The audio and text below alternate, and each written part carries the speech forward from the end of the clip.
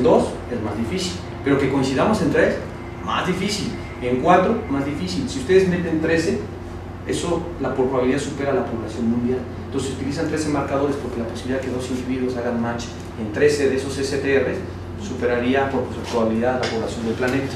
Y eso nos permite tener la certeza de que solo hay un individuo con esa huella. Sí, podemos hacer 10, 2, no hay problema. Es por cuestión de probabilidad, por eso el CODIS utiliza 13, ¿no? Y ahora sí se los prometo, ya lo último, la epigenética. La epigenética son cambios a nivel de, no de secuencia, sino la expresión de genes. Y se da en 3 puntos principales. A nivel de metilación de DNA, que significa silenciar, que metilamos los promotores y apagamos los genes. Acetilación de histonas, que consiste en cambiar las histonas y hacer que el DNA se apriete más y no se exprese. ¿Sí? Entonces nosotros tenemos este punto, eso es la acetilación. Ustedes tienen el promotor, si no está metilado, está prendido. Si ustedes lo metilan, lo apagan. ¿Qué pasa en X frágil? El repetido amplifica en el promotor, las células se confunden y lo metilan. Por eso no tenemos la proteína y causa un desastre a nivel neuronal, pero el gen está intacto. El reto ahora, o la FDA va a probar el nuevo fármaco que consiste en desmetilarlo a nuestro antojo y se va a expresar el gen y estaríamos ganando la batalla al X frágil. Pero la metilación solo es del promotor. Exacto. Sucede a nivel de promotores, luego a nivel de DNA para la expresión. Esto, no sé si podemos apagarle. A esto se le llama nucleosoma. Hay unas proteínas que se llaman histonas. La mayoría de las proteínas, si no es que casi todas, según yo, a excepción de las histonas, tienen carga negativa. ¿Sí? Eso que ven ahí, las bolitas, son histonas. Esas histonas sirven como un carrete de hilo para empaquetar el DNA y no se dañe. Las histonas están formadas por aminoácidos positivos. Sí, a menos que esté equivocado, son las únicas proteínas con carga positiva, o las más dominantes. Todas las demás tienen carga negativa. Y el DNA tiene carga negativa. Entonces ustedes ponen un riel así o un carrete positivo y le ponen el DNA que es negativo, se aprieta. Y entonces el DNA está compactado y condensado ahí, y así se va empaquetando. Ahí están las histonas y se van compactando el DNA. Cuando ustedes quieren accesar a un gen, las histonas, esta es una foto real tridimensional de las histonas. Esto que ven en azul es el DNA. Y aquí están las histonas, las proteínas, y tienen estas colitas que se llaman colas de histonas. Entonces, cuando ustedes tienen el DNA aquí apretado, está compactado. Ustedes no pueden, la maquinaria transcripcional no puede entrar y no puede expresar ese gen.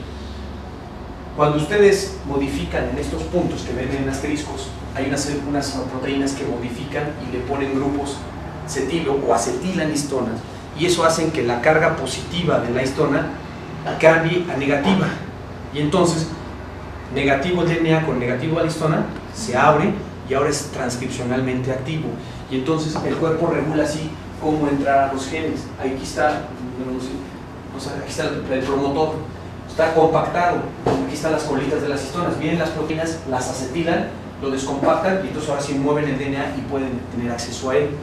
¿Cómo está el gen de la insulina en la neurona? Está metilado y está desacetilado.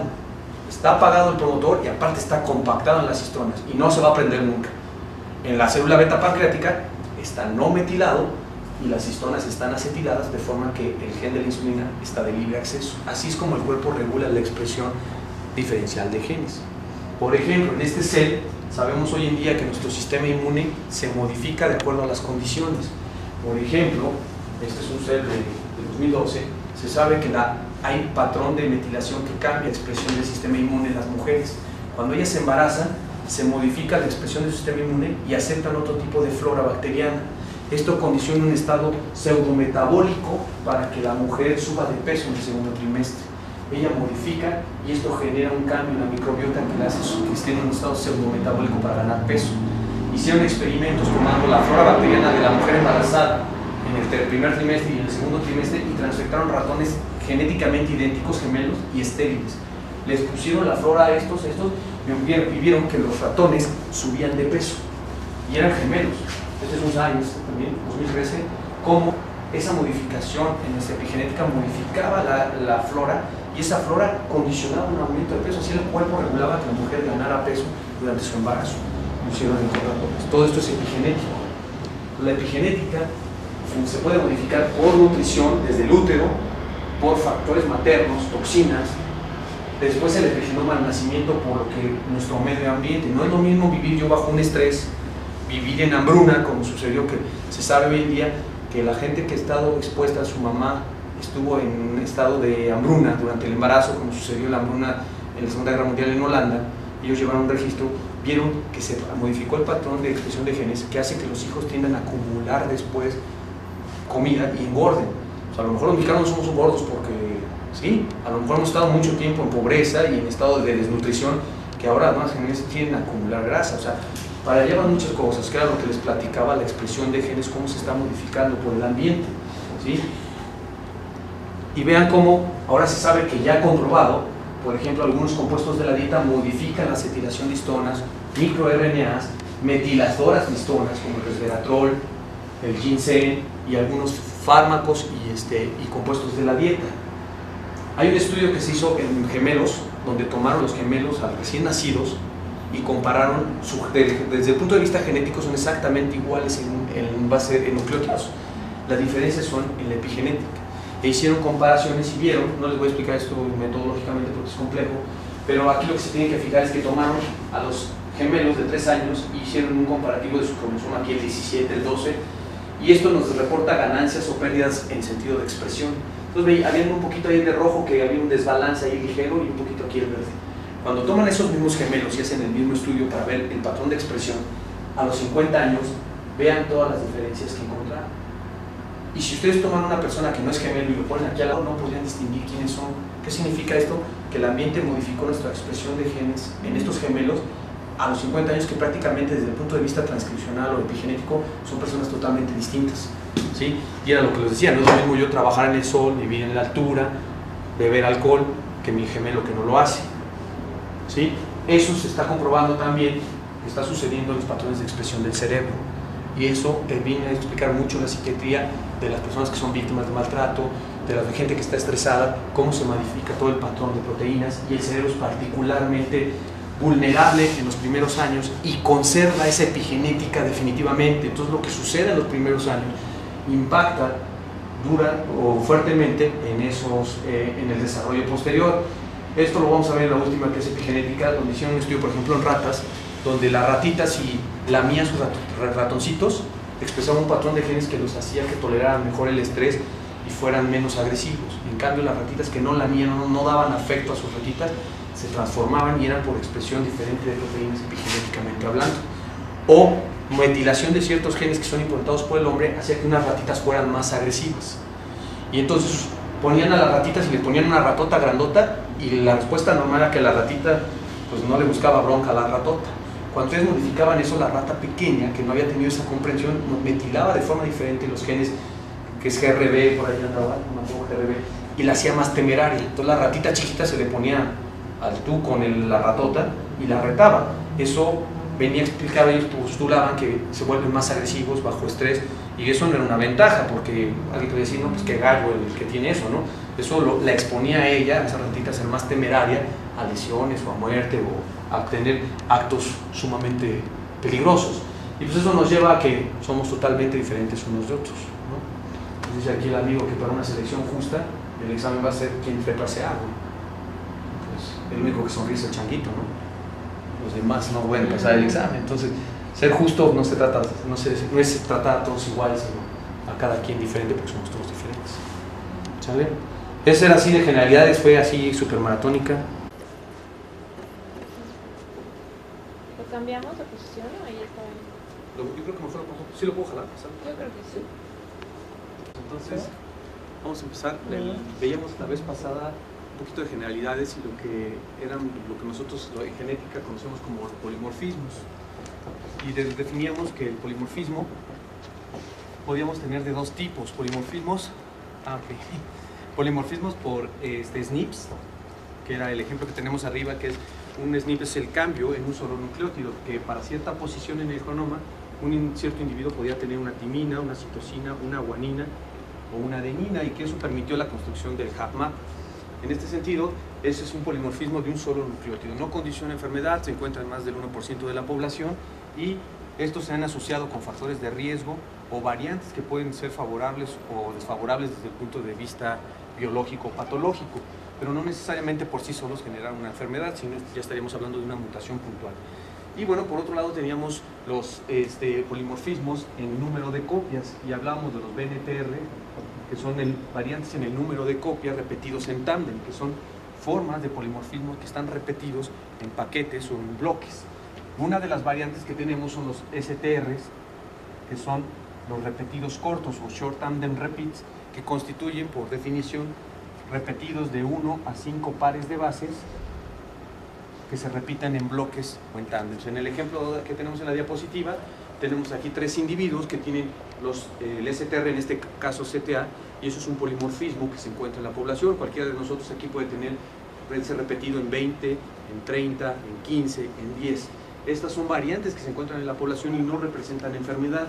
Las enfermedades que hoy vamos a ver de tipo neurológico, que es donde principalmente se han descrito, y en cáncer, son variables en ese número de repetidos que cuando sobrepasan un límite ya por sí solos generan enfermedad.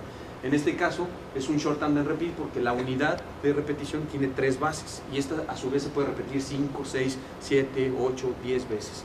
Lo que lo hace short tandem repeat es que la unidad va de 1 a 5 pares de bases, pueden ser 2 pares de bases, 3, o en el caso de distrofia miotónica tipo 2, que son 4 el repetido, y este se puede repetir en varias unidades. Entonces cuando hablemos de, por ejemplo, en Huntington X frágil, la unidad de repetición es el triplete, y eso es cuando hablamos de cuando se rebasan 40, 50, 100, 200 en las formas congénitas de distrofia miotónica.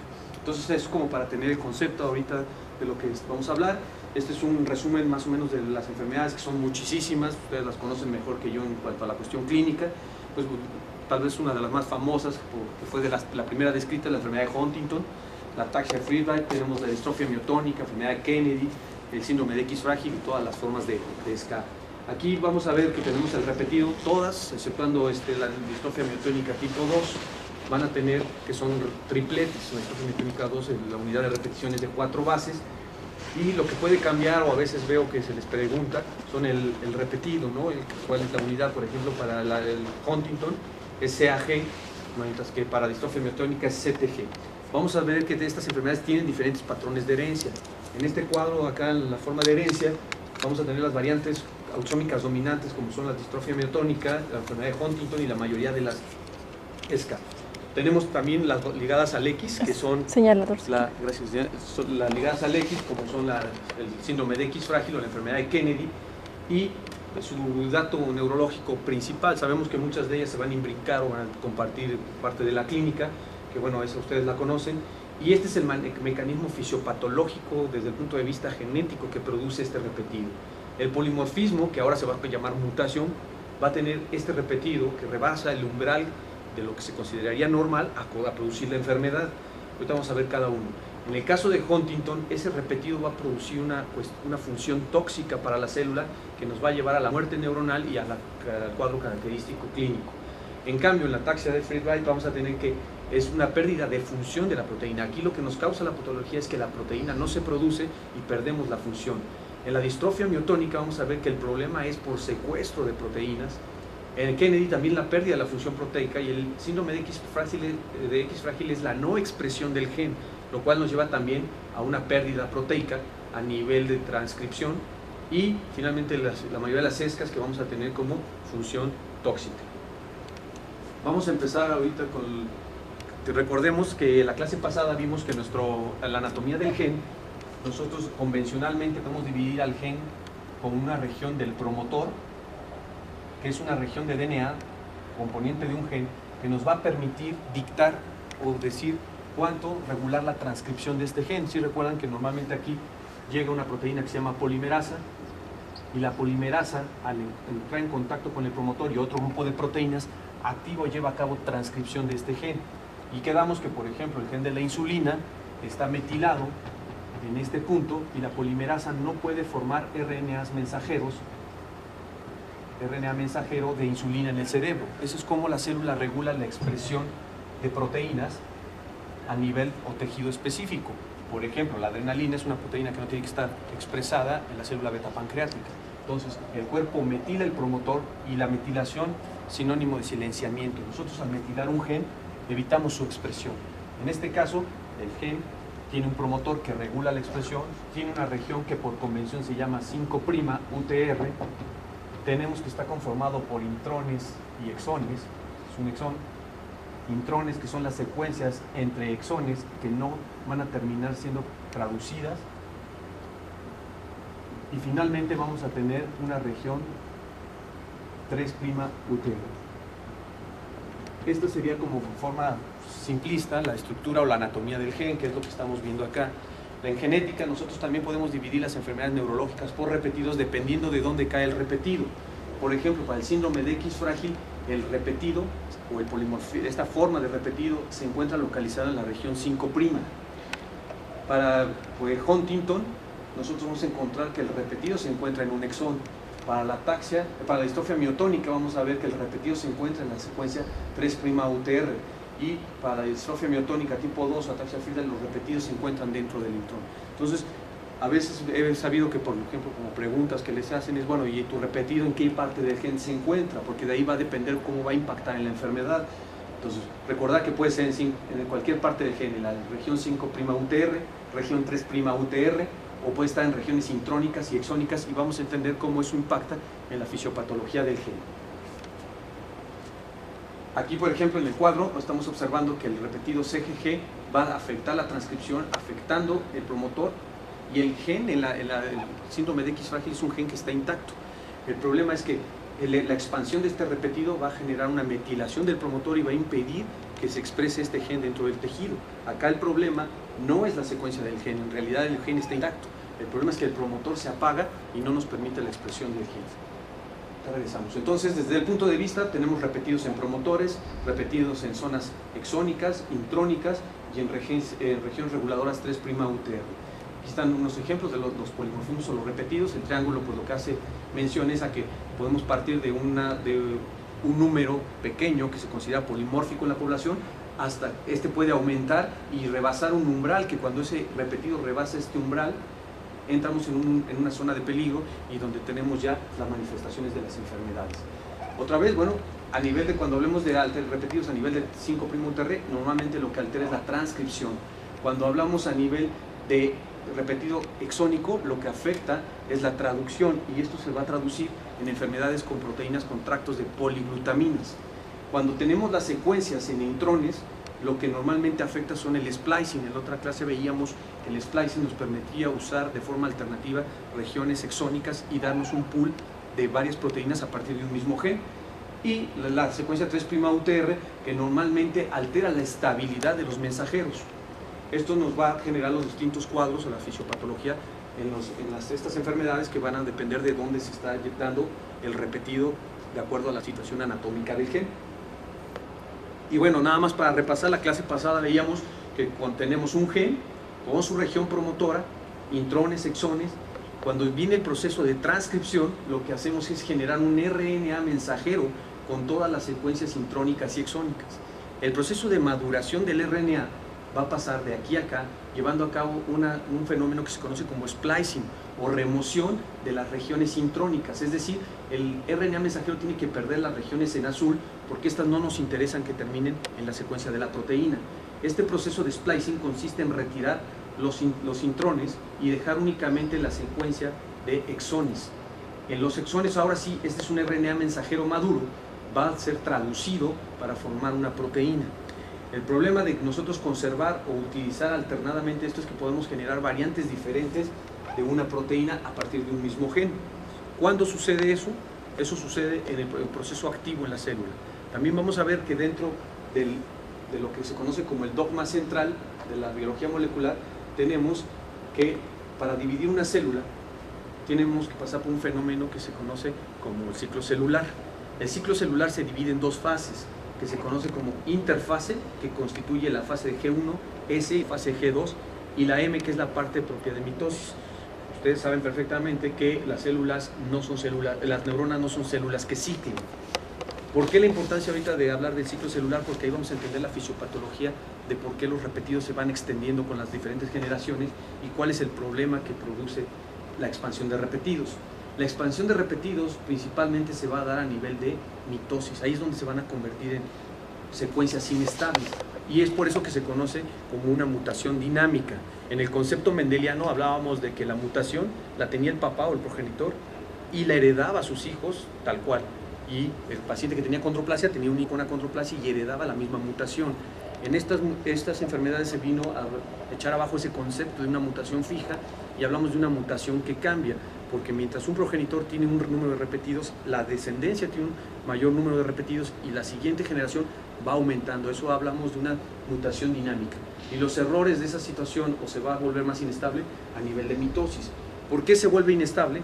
Porque cuando la célula se divide, la finalidad del ciclo celular es separar las dobles hebras en la fase DS y sintetizar la nueva cadena. A partir de una cadena inicial, ustedes van a abrirla y sintetizar dos cadenas hijas para poder duplicar ese DNA o esa célula. En ese momento sucede que el DNA es una molécula tremendamente estable mientras se encuentra en cadena doble. Cuando ustedes abren estas cadenas, que son secuencias de nucleótidos unidas por enlaces de hidrógeno, en este momento la doble cadena es muy resistente a los efectos ambientales y es sumamente estable. Cuando ustedes la separan, la cadena se vuelve muy vulnerable a daño y a errores. Entonces, la etapa más vulnerable de la célula sucede en la fase S, que es la fase de replicación del DNA. En ese momento aquí lo que estamos observando es cómo la doble cadena se abre para generar una nueva copia y tener dos cadenas hijas idénticas y poder dividir esto en una célula y esto en otra célula o en los gametos. En ese proceso de división, la polimerasa, que es esta proteína, empieza a leer una cadena y es como una mano, va leyendo por un riel uno de los carriles y dependiendo del nucleótido que le toca, si ella encuentra una citosina aquí, coloca una guanina porque es complementario. Si encuentra una guanina, coloca una citosina. Si encuentra una adenina, coloca una timina. Y la polimerasa lo que hace es que tenemos la doble hélice, la separa y la polimerasa viene tomando lectura dependiendo de la cadena que tenemos aquí. Y la polimerasa es la proteína que tiene la capacidad de lectura y colocar un nucleótido complementario en la cadena que se está sintetizando. Y entonces, al final de cuentas, nosotros acá teníamos una cadena que era complementaria y en el proceso de replicación la polimerasa genera una cadena nueva a partir de una de las antiguas. Por eso se conoce que en la división del DNA es semiconservativa, porque genera una cadena nueva que a partir de una antigua, esta sería la cadena antigua y esta es la cadena nueva generada de una primera, y al final de cuentas las secuencias van a ser exactamente iguales de las dos hebras de DNA. Esto va a ir a dar a una célula y a otra célula. Ese proceso es muy sensible a daño. Cuando nosotros se encuentra la división, aquí lo que estamos viendo es la división del DNA, aquí se abre, la tendencia del DNA es automáticamente a volverse a cerrar, a hacerse autocomplementario, lo hace por cuestión química de afinidad y busca inmediatamente cerrarse. La forma de cerrarse del DNA va a depender de las secuencias.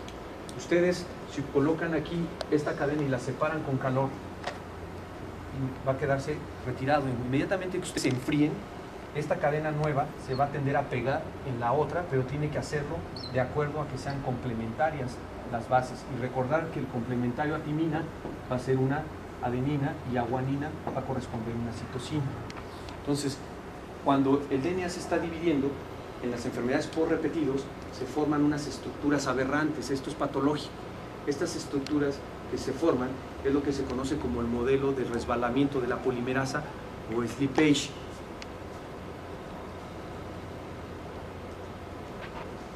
Esto es un ejemplo así pequeño de la revisión de lo que se conoce cuál es el error. Cuando ustedes separan, imagínense aquí, esta es la cadena inicial, la que viene en negro. Entonces, y aquí tenemos la otra cadena y está la polimerasa sintetizando. Lo que sucede en este modelo es que cuando se separan las cadenas,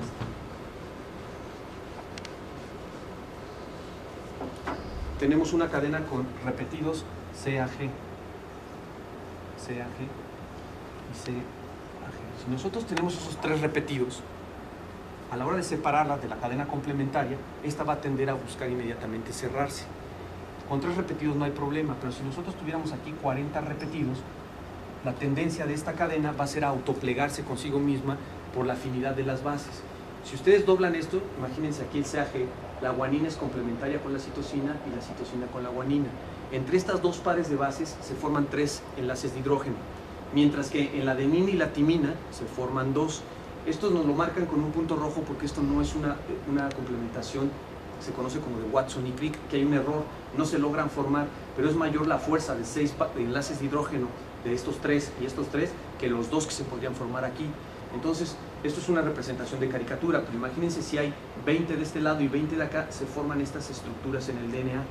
Cuando viene la polimerasa se atora aquí, que es la enzima que viene sintetizando, viene leyendo aquí, tenemos aquí a la polimerasa, y se encuentra con esta estructura secundaria. La polimerasa viene tomando lectura de las bases que están aquí para ponerlas acá. Cuando llega la polimerasa a este punto, auténticamente se atora, está ahí como con fuerza, y se empieza a emitir fuerza como si estuviera haciendo presión, y llega un momento en que vence la fuerza de los enlaces de hidrógeno que están aquí, y el DNA se extiende de forma brusca. Y entonces, a la hora que ustedes rompen esa tensión, el DNA se hace como una agujeta y la polimerasa se desliza sobre ella y extiende los repetidos. Se equivoca y en vez de meter con exactitud los 20 repetidos que tenía que haber hecho, al momento de atorarse aquí y romper esto, se patina y se va de largo. Por eso se conoce como modelo de slippage, y eso hace que me extienda un repetido que está aquí en verde, que tiene un largo o una dimensión establecida o considerada no patológica o normal, forma esta estructura, la polimerasa llega y se atora aquí, hace presión y lo rompe, pero se desliza. Y entonces, cuando llega a tomar su velocidad normal y logra frenarse, inserta o se equivoca y va insertando tripletes de mayor número. Esto es el fenómeno que explica por qué en cada generación se va aumentando. Cuando esta hebra de DNA llega a un gameto del padre, a la hora de dividirse y sintetizar otra cadena de DNA para repartir en los espermatozoides o en los óvulos, ahora se forma una asa de estas todavía más alta. Y vuelve a pasar el mismo fenómeno. Se atora la polimerasa, lo rompe y se vuelve a deslizar. Y cada vez, en cada generación, va generando gametos más grandes. Entonces, el modelo del deslizamiento de la polimerasa es el que explica la dinámica de la extensión de estas proteínas, de estos repetidos. No sé si hay alguna duda en esto, porque es así como que la base de todas las enfermedades por repetidos. Ok, entonces, aquí lo vemos otra vez, la variación normal, viene el momento de replicación, se forma aquí la estructura tridimensional que se llaman happy. Cuando la polimerasa viene, se detiene ahí, se atora, la rompe y se desliza, y nos genera una amplificación en el número de repetidos. Cuando partió de un número relativamente pequeño, lo fue aumentando. Por otro lado, hemos oído también que existe un fenómeno de contracción. La otra polimerasa, que viene por el otro lado, viene por aquí, y entonces ya va copiando lo que ve enfrente. La polimerasa puede leer este, puede leer este, puede leer este, y de pronto lee este de acá, pero no puede leer los que están acá. Entonces se come estos repetidos que están en esta zona, y esto es lo que genera que exista una contracción del repetido, que es un fenómeno que se suele ver también cuando el repetido es demasiado grande, que vemos la contracción y como un regreso del número de amplificados en algunas patologías. Y bueno, vamos a empezar con la enfermedad de Huntington, que fue la primera en describirse con este modelo.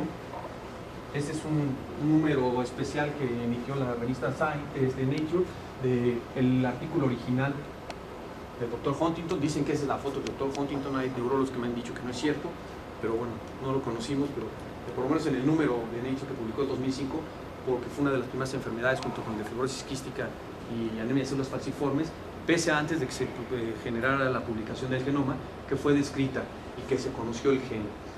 Alguna vez me preguntaron en una charla de neurólogos que por qué se le conocía como el mal de San Vito. Entonces ya me puse a buscar.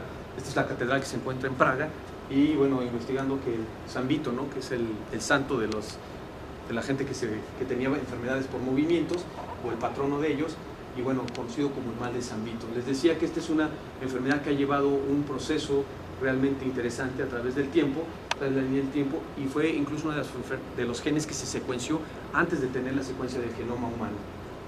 Se encuentra localizado en 4p16, hablábamos el otro día de que eso es una localización meramente cromosómica. En esa región hay una gran densidad de genes y encontramos otras patologías. El descubrimiento, pues hicieron análisis de ligamiento, finalmente se clonó la zona o la región con el gen, se identificó el exón que tenía el expandido, se hicieron copias de cDNA y se detectó la mutación.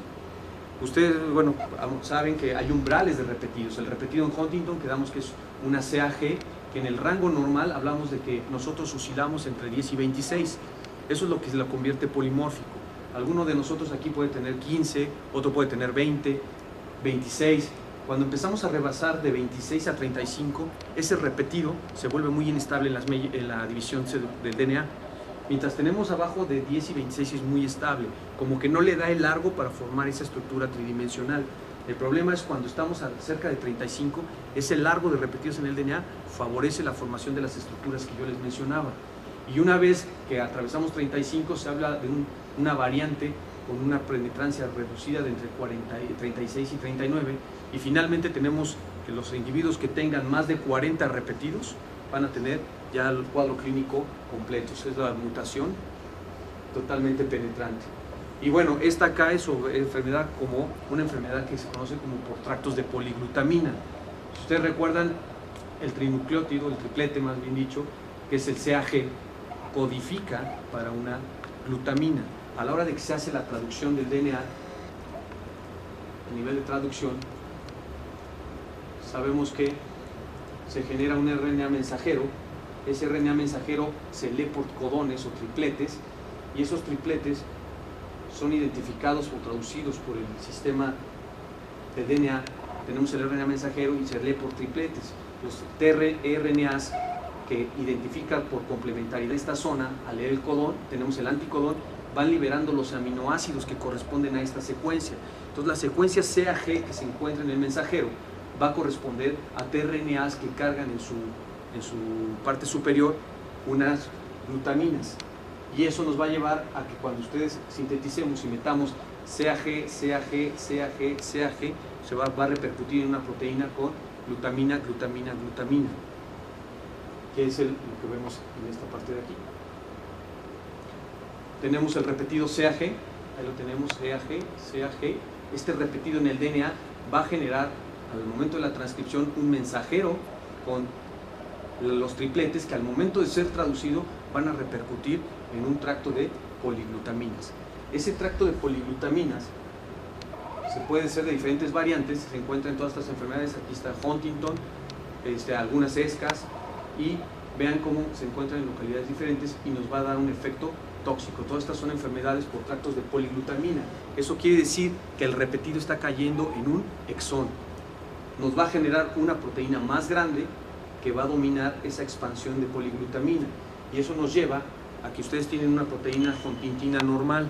Desde el punto de vista molecular, las proteínas tienen una estructura tridimensional formada por alfa hélices que se ven aquí en azul, y tenemos una región que está cubierta o protegida por estas 3 alfa hélices. Esta región está formada por poliglutaminas. Cuando ustedes extienden estas poliglutaminas, se separan porque es más grande, y vamos a tener que el alfa hélice que estaba aquí se va para acá, esta que tenemos aquí, y queda expuesta este tracto de glutaminas. Si ustedes producen otra proteína, estas poliglutaminas tienden a asociarse. Eso no pasa aquí porque las alfa hélices protegen la zona de glutaminas.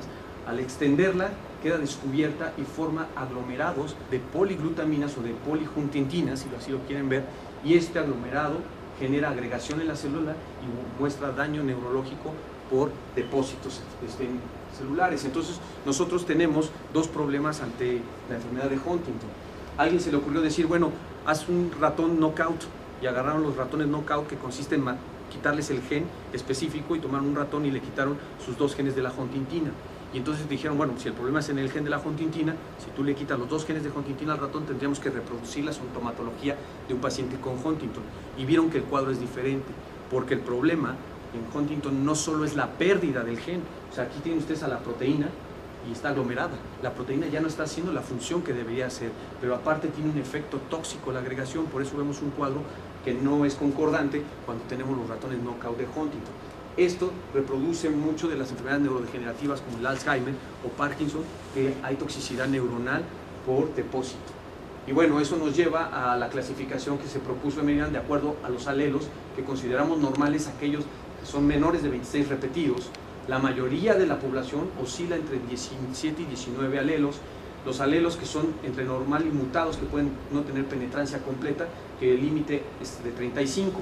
Finalmente tenemos de 36 a 39 y hablamos de alelos con Huntington con penetrancia reducida. La clase pasada hablábamos de penetrancia, ¿no? Del concepto de penetrancia. Y tenemos los alelos con penetrancia completos, es decir, más de 40 va a presentar forzosamente la enfermedad. Y hay variantes o formas de mosaico. Y bueno, esto es lo que nos dice. Aquí tenemos como el exón 1 es donde se presenta Huntington y la diferencia o el umbral de los alelos. Una vez rebasado 40, entramos al área ya de patología. Eso nos lleva también para el asesoramiento desde el punto de vista genético, que nos dé un asesoramiento típico como una enfermedad dominante, de que existe 50% de que tengas la enfermedad. Aquí se toma o se da el asesoramiento de acuerdo a la edad. Finalmente, el riesgo de transmitir el alelo es del 50%, pero se va modificando dependiendo de la edad. No es el mismo riesgo que yo le doy a un paciente de 20 años, que es del 50% prácticamente, a una persona que tiene 70 años, donde el riesgo disminuye. Eso tiene razones obvias. Si usted tiene 72 años, 70, 75, la posibilidad de que usted haya heredado el alelo mutado es muy baja y por eso se van modificando los riesgos de acuerdo a la edad. Y bueno, la biología molecular de Huntington, todavía la última revisión de este año que chequé, habla de múltiples funciones de la huntingtina. La huntingtina está involucrada en la fusión de vesículas, la huntingtina está involucrada en el tránsito de vesículas a nivel de microtúbulos, la huntingtina tiene regulación a nivel de mitocondria, tenemos a nivel de vesículas intracelulares, señalización, interactúa con factores de transcripción, interactúa a nivel de proteínas del ciclo celular como P53, o sea, realmente la huntingtina tiene múltiples funciones a nivel celular. Al no tener la huntingtina o tener la enfermedad de Huntington, esta huntingtina se forma aglomerados y deja de tener su función. Por ejemplo, una de las principales que se ha identificado es que la huntingtina hace una asociación con otras proteínas que permiten el tráfico de vesículas hacia las zonas sinápticas. Se ha observado en ratones knockout que el perder la huntingtina genera anomalías al nivel de fusión de vesículas en sinapsis. También esta huntingtina altera la actividad del proteosoma. Eso genera que la célula quede con conglomerados de proteínas no funcionales, activa o inhibe la función de la mitocondria a nivel de los complejos y aumentan los radicales de oxígeno lesivos para la célula, además del efecto tóxico por depósito. Altera la función, o sea, no solo el transporte, sino la fusión de vesículas a nivel de sinapsis. Aquí tenemos la huntingtina con sus tractos de poliglutamina y también cómo lleva a la activación de vía mitocondria y de conglomerados para activación de apoptosis o caspasas, que es la apoptosis intracelular.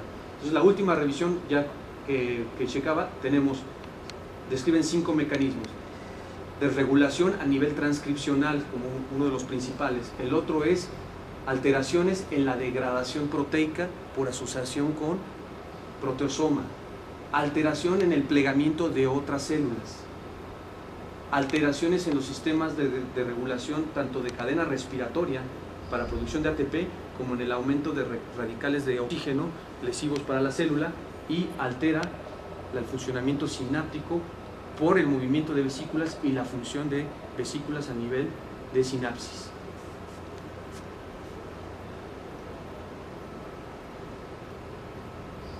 ¿Puedes repetir los mecanismos?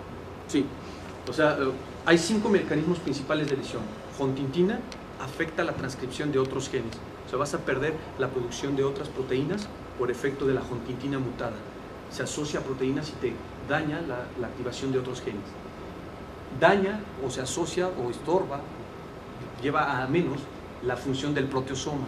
El proteosoma es una organela intracelular que destruye proteínas viejas o mal plegadas. Entonces, huntingtina lo afecta y lo que tú tienes como resultado es un mal procesamiento de proteínas a nivel celular que vuelven o son tóxicas. Tenemos alteración en el plegamiento de las proteínas. Hay proteínas que las proteínas tienen que tener un plegamiento específico para poder llevar a cabo su función. Cuando ese plegamiento se altera, en el mejor de los casos solo perdemos la función proteica, pero podemos tener ganancias de función, como sucede en la enfermedad por priones. La enfermedad por priones es un plegamiento anómalo que genera la patología.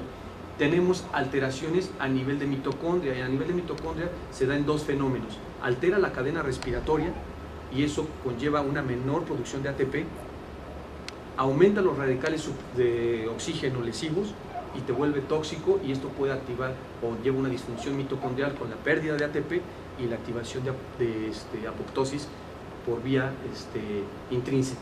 Y tenemos una disfunción a nivel de sinapsis por dos mecanismos: el tráfico de vesículas asociado a microtúbulos y la función de vesículas a nivel de sinapsis. Y bueno, eso lleva a que las neuronas mueran de forma más rápida, y la principal función, ustedes conocen que la principal área sensible a estos cambios son las zonas del estriado, putamen, y que vamos a ver diferentes cambios cuando estamos ante una enfermedad de Huntington de inicio temprano a las formas o variantes tardes, porque la muerte neuronal va alterando las vías y nos va generando primero falta de movimiento, control en los movimientos, hasta finalmente tener la asinesia, falta de movimiento por las muertes. Esto nos lleva a pérdidas de somas neuronales, como una enfermedad neurodegenerativa como las que conocemos.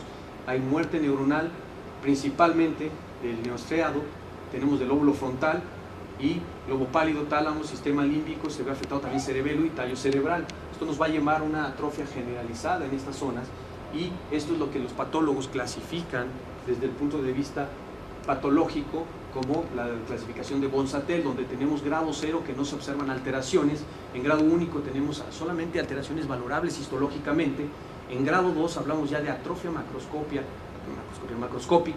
en grado 3 ya tenemos un aplanamiento de convexidad, que bueno, ustedes cuando hacen estudios de imagen, es aquí donde empezamos a ver los cambios, ¿no? En el estudio de imagen, mientras las otras tres alteraciones no son valorables en estudios de imagen, y finalmente donde ya tenemos el núcleo caudado cóncavo, que es el que se observa cómo vamos perdiendo los somas neuronales hasta finalmente tener una pérdida que nos genera la concavidad, ¿no? A nivel de lo que se valora en estudios de imagen. Esto nos está hablando de que ya tenemos un 95% de pérdida neuronal cuando podemos valorar esa concavidad a nivel a nivel histológico, a nivel de estudios de imagen, porque en histopatología se puede valorar desde antes. Cuando tenemos una pérdida, aquí en la fase 1 ya tenemos el 50% de la pérdida de células. Entonces aquí estamos hablando ya en unas etapas muy tardías en cuanto a la muerte neuronal. Eso nos lleva a que la enfermedad de Huntington, si bien la sintomatología la observamos en promedio en una mutación de novo en individuos de 40 años, hablamos de un fenómeno de umbral. Aquí estamos hablando cuando ya están las manifestaciones clínicas, pero la muerte neuronal está sucediendo y está siendo desde que el movimiento de nacimiento del individuo. Cuando ya tenemos la disfunción neuronal, empieza a despegarse el umbral, lo atraviesa, y nosotros vemos a los pacientes en estas fases, cuando ya prácticamente tienen más del 80% de la pérdida neuronal. Y bueno, eso nos explica la sintomatología de estos pacientes. ¿Cómo se hace diagnóstico desde el punto de vista molecular? Pues cuantificando el número de repetidos. Si bien es cierto que tenemos normalmente sospechar Huntington, es de nuevo difícil, se habla de un efecto fundador, y normalmente para pensar en una persona afectada por Huntington tiene que estar precedida por un familiar en primer grado, es decir, un papá o una mamá. Esto es difícil y no excluye que pueda haber mutaciones de nuevo, pero siempre hay que tener cuidado de, si no hay un antecedente, pensar en otras posibilidades. ¿Cómo hacemos esto? Se hace en un estudio de Sauder Blot y vía utilizar PCR y encontrar para visualizar los amplificados. Esto el otro día, no sé si se acordaban, en la clase pasada hablábamos de los geles que se producían. Teníamos los geles de policrinamida, donde poníamos el DNA producto de amplificados, y les comentaba yo que estos geles tienen cierta densidad y que yo los colocaba en estos como fositas, y hacíamos correr esto en una cámara eléctrica donde había agua, y colocábamos un campo eléctrico con un polo negativo y un polo positivo. El DNA que se encuentra metido en estos huequitos, que es como el huequito que hace un palito de madera en una paleta de hielo, hago yo un huequito, todo esto es un gel, y entonces el DNA le coloco corriente, y el DNA tiene carga negativa. El DNA va a tender a migrar hacia el polo positivo, pero como esto es como un gel, tiene poros, va a permitir separar el DNA, los fragmentos de DNA, de acuerdo a tamaño, y los fragmentos más pequeños van a migrar con mayor facilidad y los grandes me van a quedar más arriba. Esto me permite a mí, que yo conozco la densidad de esto, separar el DNA de acuerdo al tamaño. Yo puedo decir que la banda que está aquí contiene 100 pares de bases, esta contiene 50 pares de bases y esta de acá contiene 10 pares de bases. Entonces eso es lo que se hace en esta técnica. Y lo que vemos aquí es que esta mujer sana tiene sus dos alelos abajo del umbral de 38 repetidos. Aquí está la escalera. Entonces yo sé que quien aparezca por abajo de aquí tiene menos de 38 repetidos. En este caso la mujer tiene dos líneas, quedamos que son polimórficos. Ella puede tener un alelo con 15 copias y uno de 25. Por eso se ven dos rayas, porque tiene dos genes de huntingtina. Aquí lo que estamos observando es que este señor tiene un alelo normal con 15 repetidos, pero el otro tiene 40 repetidos y con eso basta para que lo tengamos afectado. Y aquí tienen toda su descendencia, quedamos que es autosómico dominante, y lo que estamos observando es que los individuos sanos, en este caso, esta mujer recibió este alelo sano de su mamá y este alelo sano de su papá, lo cual nos da una imagen como más grande, pero no tiene el alelo mutado, por eso ya no tiene la enfermedad. En cambio, este individuo, bueno, aquí está recorrido, tiene el alelo mutado, que recibió muy probablemente de su papá, y este es el alelo sano de la mamá. Y lo que se observa aquí es que con cada generación el alelo va aumentando de tamaño hasta tener las formas de más de 100, que son las formas que se presentan a edades más tempranas, que es lo que conocemos como el fenómeno de anticipación. Hacia dónde va, o lo que se está intentando con buenos resultados, es la manipulación o el silenciamiento selectivo del gen de Huntington. Asumimos que la mayoría de los pacientes con enfermedad de Huntington tienen sus dos cromosomas 4, uno que heredaron de papá y uno de mamá, tienen el gen de huntingtina, ambos, y uno es el que tiene el polimorfismo aumentado en más de 40 repetidos. Entonces la idea de este principio es buscar silenciar de forma selectiva el gen con el repetido y dejar únicamente activo el alelo que no se encuentra con ese repetido. Para eso se están buscando varias estrategias. La metilación del promotor de este gen para evitar que se produzca, o lo que ha funcionado mejor es en el RNA mensajero con poliglutaminas generar un microRNA, que es un RNA chiquito sintetizado, que se va a pegar a los repetidos CAG en más de 40. Entonces ustedes sintetizan un microRNA que tenga 60 repetidos complementarios a CAG y solito va a buscar pegarse a este punto y va a impedir la traducción de ese RNA mensajero que les va a producir la huntingtina mutada.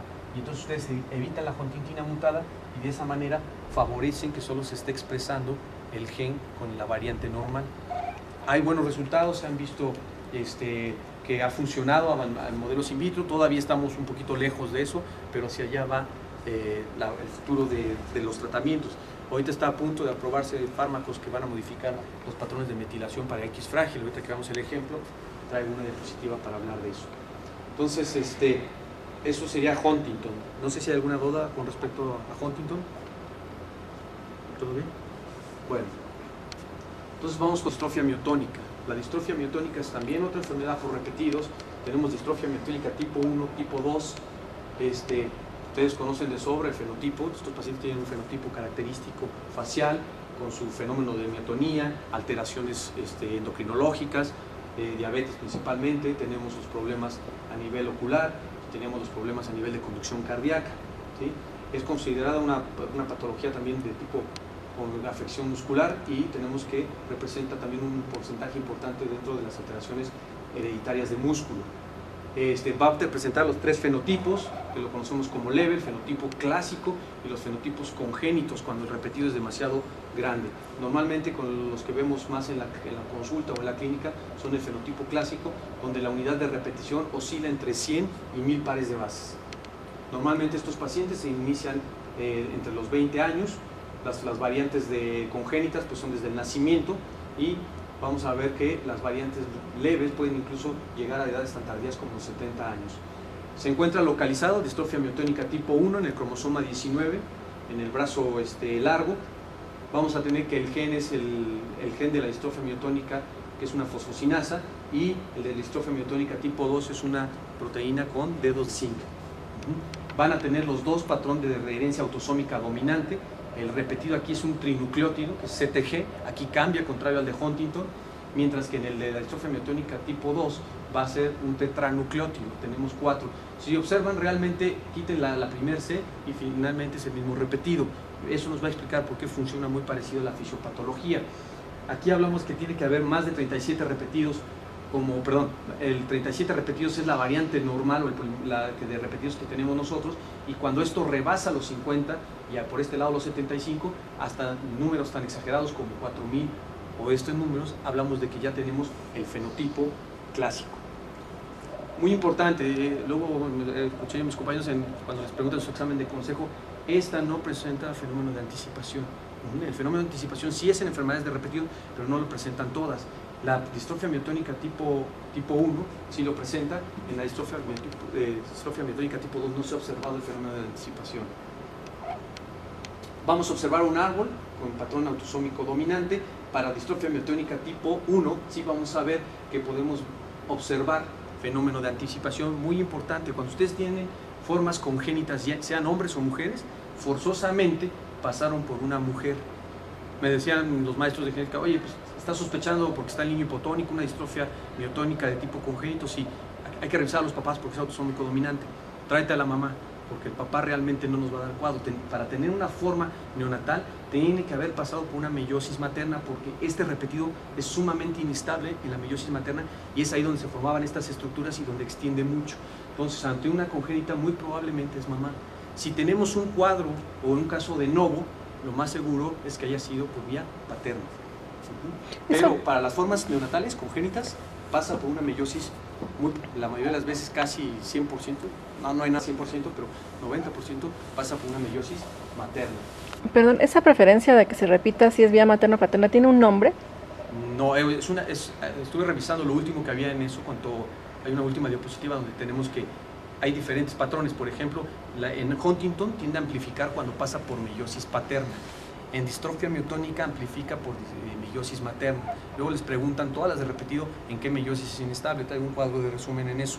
Tiene que ver, las hipótesis no se conoce con precisión, pero las hipótesis son que hay distintos sistemas de reparación que identifican estas estructuras que son más rígidos en la meiosis de hombre o de mujer, y tenemos que ver con el mismatch repair, y hay varios.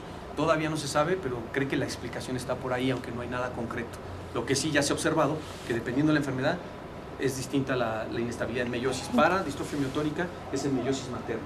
El repetido aquí se encuentra en la región 3' UTR de nuestro esquema del gen. Ahora no está en un exón, ahora está en una región 3' UTR. Por eso es que distrofia miotónica no cae en las enfermedades de poliglutaminas, porque para que tengamos poliglutaminas, forzosamente el repetido tiene que estar en el exón, si no, no se traduce a la proteína, ¿sí? En este caso, distrofia miotónica está en esta región, no impacta en la proteína. Entonces vamos a ver su mecanismo. Aquí tenemos la región del gen, y en la región 3' UTR es donde se encuentra el repetido. En este caso es una CUG, lo normal quedamos que era 37, cuando tenemos la premutación hasta 49, arriba de 50 ya tenemos el fenotipo clásico. Otra vez, el tamaño de la expansión, cuando tenemos afectados arriba de 50. Lo vamos a identificar igual en lo que les explicaba. Dependiendo del tamaño del repetido, nosotros pedimos la separación en los geles, que esto es lo que hacemos en el laboratorio de genética. Se extrae DNA, se amplifica la región con primers de este lado y primers de este lado por PCR, y nos va a dar un fragmento de diferente tamaño de acuerdo al repetido. Estas personas tienen dos alelos, uno un poquito más grande que el otro, pero no salen del rango normal. En esta otra persona tienen un alelo con una variante normal, pero la otra salió del rango. Esta es lo que estamos viendo. Este de aquí sería el chiquito de acá, y este es el grande. Como nosotros tenemos un punto de corte, automáticamente sabemos que ese repetido pasó del límite y podemos hacer o confirmar el diagnóstico. Hablábamos de que era el splicing alternativo. Este es un gen que tiene 4 exones. Ustedes pueden utilizar estos 4 exones de forma alternativa y, por ejemplo, producir una proteína tipo A, donde van a ir el exón 1, el 3, el 2 y el 3, en este caso el 1, el 2 y el 4, es decir, no se utilizó el exón 3. Esto nos da 2 tipos de proteínas. El cuerpo normalmente tiene en promedio unos 10 exones y puede generar varias proteínas utilizando de forma alternativa sus exones.